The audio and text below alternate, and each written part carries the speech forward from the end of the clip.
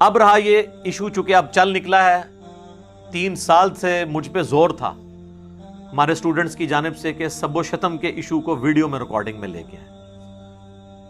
گاہے بگاہے تو میں اس کا ذکر کرتا تھا، لیکن اب چونکہ یہ ایک ایشو آیا ہے تو اس کانٹیکسٹ میں یہ بات کروں کہ یہ جو کچھ ہوا حضرت معاویہ رضی اللہ تعالیٰ عنہ یا ابو سفیان رضی اللہ تعالیٰ عنہ کے بارے میں نازیبہ کلمات والا، تو اس کی روٹس 1400 سال پرانی ہے، یہ کوئی آج کی پیداوار نہیں ہے، اور اس کے اوپر اجماع ہے کہ بنو امیہ کے دور میں صلح حسن 41 ہجری سے لے کر 99 ہجری تک، آلموسٹ 60 سال تک بنو امیہ کے ممبروں پہ تینوں بر اعظموں کے اندر جمعے اور عیدین کے خطبوں میں سیدنا علی ابن ابی طالب رضی اللہ تعالیٰ عنہ وکرم اللہ وجہ الکریم وعلیہ السلام پر سب و شتم کیا جاتا تھا، اور اس پہ کوئی دوسری رائے نہیں ہے۔ یہ تو ضرور رائے ہے کہ حضرت معاویہ کے حکم سے ہوتا تھا یا ان کے چیلے خود سے کرتے تھے، اور وہ بھی ظاہر ہے کہ ایک آنکھیں بند کرنے والی بات ہے۔ یہ تو اسی طریقے سے ہے کوئی شخص کہ جو لال مسجد میں جو کچھ ہوا وہ پرویز مشرف کو تو نہیں پتا تھا، نیچے پتہ نہیں کوئی کر گیا، تو وہ آپ نے ویسے آنکھ بند کرنی تو علیحدہ کریں۔ بال حدیثیں کیا کہتی ہیں وہ انشاءاللہ آپ کو پتہ چل جائے گا کہ کون کروا رہا تھا اور کس کے کرنے سے ہو رہا تھا۔ تو اس کے اوپر اجماع ہے، بخاری مسلم کی احادیث گواہ ہیں، میں نے ریسرچ پیپر میں ساری نقل کی ہیں، اور ان احادیث کو ڈسکس کرنے سے پہلے میں بزرگوں کے حوالے پیش کر دیتا ہوں، کیونکہ یہاں پہ بزرگ پرستی بہت ہے نا سب کانٹیننٹ میں، بلکہ پوری دنیا میں۔ ایک انٹرنیشنل بزرگ ہیں جسے پوری دنیا میں صوفیاء اور اہل حدیث سلفی سب لوگ ہی بزرگ مانتے ہیں، امام جلال الدین سیوطی، المتوفا 911 ہجری، جنہوں نے خود اپنے آپ کو اس صدی کا مجدد بھی ڈکلیئر کیا تھا۔ تو اشاروں میں ڈائریکٹ تو نہیں کرتے نا، انہوں نے اشاروں میں کیا، پچھلوں نے ان کو مان لیا۔ آپ پوچھ لیں ذرا بریلوی دیوبندیوں سے کہ کون ہے مجدد، تو وہ کہیں گے جی وہ جلال الدین سیوطی ہیں۔ انہوں نے کئی بلکہ اسلام کی تاریخ کے اندر چند ایک بڑے مصنفین جنہوں نے بے شمار کتابیں لکھی ہیں، جس طرح امام بیہقی ہیں، امام غزالی ہیں، اسی طریقے سے جلال الدین سیوطی بھی ایک بڑا رائٹر ہے۔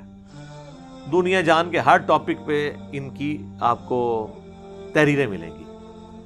ایک کارنامہ ان کا یہ ہے کہ صرف ایک جلد کے اندر انہوں نے تاریخ الخلفاء لکھی ہے، یہ اپنے دور تک سارے حکمرانوں کی تاریخ لکھی، سیدنا ابوبکر صدیق سے لے کر شروع ہوئے خلفائے راشدین، اس کے بعد بنو امیہ، بنو عباس، پھر اسی طریقے سے ایوبیوں کی حکومت، اور مختلف جو دنیا میں مسلمان جہاں جہاں حکمران تھے نا ان کے ساروں کے، اس کو پڑھ کے یہ 1995 میں نے پڑھی تھی جب میں انجینئرنگ یونیورسٹی میں فرسٹ ایئر کا اسٹوڈنٹ تھا، تو مجھے کئی دن تک جو ہے نا وہ صحیح طریقے سے نیند بھی نہیں آتی تھی کہ ہمارے حکمران یہ کچھ کرتے رہے، ہمیں تو کوئی اور ہی کہانیاں کروائی گئی تھی۔ ان کی بڑی نیکی ہے کہ انہوں نے ایک جلد کے اندر، یہ آلموسٹ 600 صفحوں کی کتاب ہے، پورے 600 صفحے، یہ آپ کو کسی بھی مکتبے سے مل جائے گی، بریلوی دیوبندی دونوں سے چھاپ رہے ہیں۔ اس میں آپ سیدنا عمر بن عبدالعزیز والا چیپٹر نکالیں، ویسے تو آپ کو بتایا جاتا ہے اسلام کے پہلے مجدد جو ہیں عمر بن عبدالعزیز ہیں، 99 ہجری میں خلیفہ بنے، 101 ہجری میں صرف 38 سال کی عمر میں زہر دے کے بنو امیہ نے انہیں قتل کر دیا۔ آگے ہم پوچھتے ہیں کہ انہوں نے کون سا ایسا تجدیدی کارنامہ کیا ہے، تو اسی میں قیامت مضمر ہے۔ بنو امیہ کی انہوں نے گند کو صاف کیا ہے نا، وہی تجدیدی کارنامہ ہے۔ صرف ایک ڈاکٹر اسرار صاحب نے تھوڑی ہمت کی ہے ماڈرن سکالرز میں سے، یا مولا مودودی نے خلافت و ملوکیت لکھے، باقی تو کسی کی جرت نہیں کہ بتائے کہ کیا تھا۔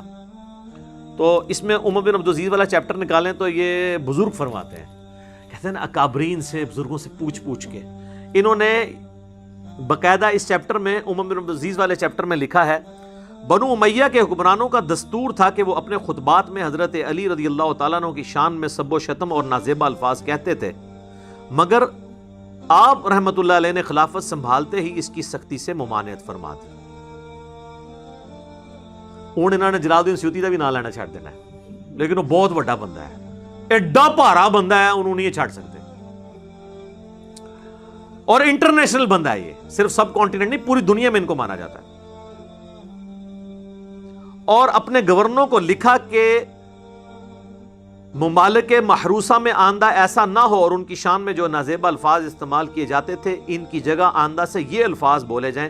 سورۃ النحل آیت نمبر 90 نمبر، ان اللہ یأمر بالعدل والاحسان. یہ آیت انہوں نے داخل کی کہ اللہ تعالیٰ تمہیں حکم دیتا ہے عدل و انصاف کرنے کا، احسان کا، اور تمہیں برائی اور بے حیائی اور بے ہودگی کے کاموں سے منع کرتا ہے. یہ ہے جس کی وہ تمہیں نصیحت کرتا ہے تاکہ تم متقی بن جاؤ. کوئی بے حیائی کر رہے تھے نا وہ حضرت علی کے بارے میں، یعنی یہ نعوذ باللہ نازیبا الفاظ بول کے. چنانچہ تب سے اب تک خطبات کے آخری جملے یہی پڑھے جاتے ہیں، اور واقعی پڑھے جا رہے ہیں. ہم تو خطبات میں سن رہے ہیں. یہ جو آپ کو خطبے دیتے ہیں ان سے پوچھیں یہ آیت جو آپ خطبے میں پڑھتے ہیں یہ کس حدیث میں آیا کہ نبی الاسلام پڑھتے تھے؟ تو آپ بتائیں گے عمر بن عبدالعزیز نے داخل کیا ہے. پھر آگے پوچھیں کیوں داخل کیا ہے؟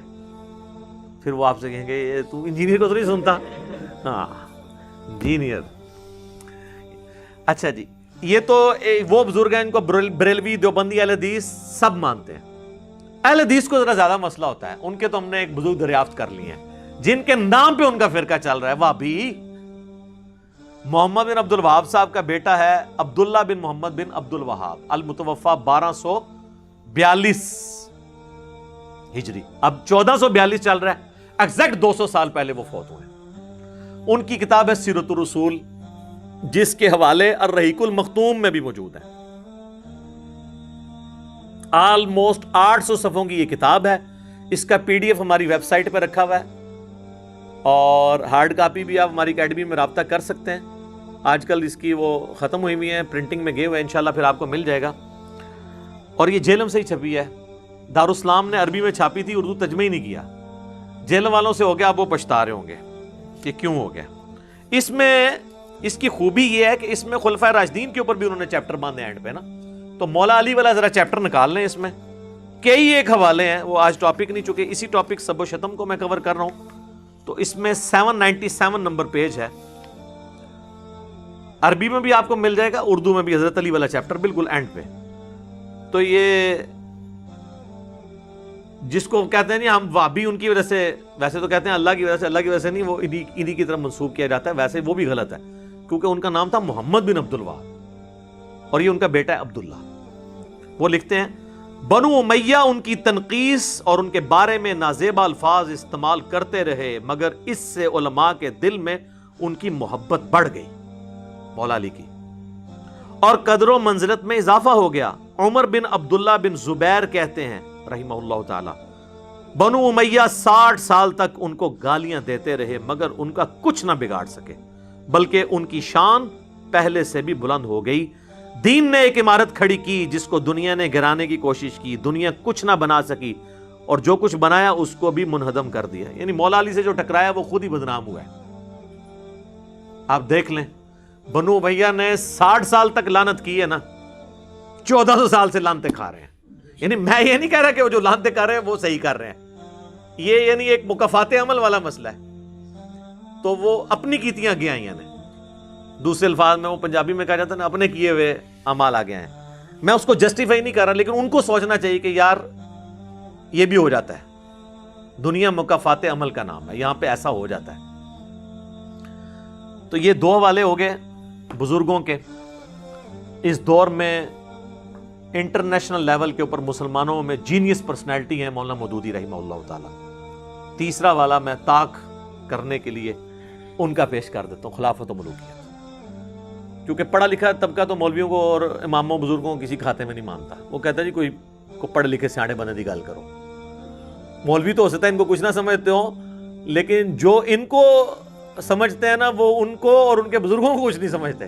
تو لہٰذا ہم نے تو ہر طبقے کو ایڈریس کرنا ہے نا. یہ تو انٹرنیشنل پلیٹ فارم ہے. یہ خلافت و ملوکیت کا نیا ورژن ہے اور پوری تخریج کے ساتھ ہے. ایک ایک بات کا نیچے ریفرنس لکھا ہوا ہے اہل سنت کی کتابوں کا.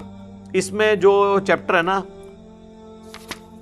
حضرت معاویہ رضی اللہ تعالیٰ عنہ کا عہد، اس میں وہ لکھتے ہیں ایک اور نہایت مکروہ بدعت حضرت معاویہ رضی اللہ تعالیٰ عنہ کے عہد میں یہ شروع ہوئی کہ وہ خود اور ان کے حکم سے ان کے تمام گورنر خطبوں میں برسر ممبر حضرت علی رضی اللہ تعالیٰ عنہ پر سب و شتم کی بوچھاڑ کرتے تھے، حتیٰ کہ مسجد نبوی میں ممبر رسول صلی اللہ علیہ وآلہ وسلم پر عین روضہ نبوی کے سامنے حضور صلی اللہ علیہ وآلہ وسلم کے محبوب ترین عزیز کو گالیاں دی جاتی تھیں، اور حضرت علی رضی اللہ تعالیٰ عنہ کی اولاد اور ان کے قریب ترین رشتہ دار اپنے کانوں سے یہ گالیاں سنتے تھے۔ یہ مسند ابی یعلا میں موجود ہے۔ سیدنا حسن و حسین کے سامنے مروان بن حکم نے کہا کہ اہل بیت تو ہے ہی لعنت والے لوگ، اہل بیت کا لفظ استعمال کر کے پھر انہوں نے جواب بھی دیا اس کا۔ یہ مسند ابی یعلا میں صحیح سند کے ساتھ موجود ہے۔ کسی کے مرنے کے بعد اس کو گالیاں دینا شریعت کو تو درکنار انسانی اخلاق کے بھی خلاف تھا، اور خاص طور پر جمعے کے خطبے کو اس گندگی سے آلودہ کرنا تو دین اور اخلاق کے لحاظ سے سخت گھناؤنا فعل تھا۔ حضرت عمر بن عبدالعزیز نے آ کر اپنے خاندان کی دوسری غلط روایات کی طرح اس روایت کو بھی بدل ڈالا، اور خطبہ جمعہ میں سیدنا علی پر سب کرنے کی بجائے یہ آیت پڑھنا شروع کر دی، ان اللہ یأمر بالعدل والاحسان وایتاء ذی القربى وینہی عن الفحشاء والمنکر والبغی یعظکم لعلکم تذکرون۔ اب یہی بات مودودی صاحب نے جب لکھی نا تو علماء کہتے ہیں مودودی پتہ نہیں کہاں بیٹھ کے کرتا رہتا، میں نے اس سے پہلے بابوں کے والے دیے ہیں، ٹھیک ہے، حالانکہ یہ ہمارے لیے نہیں ہے۔ کیوں؟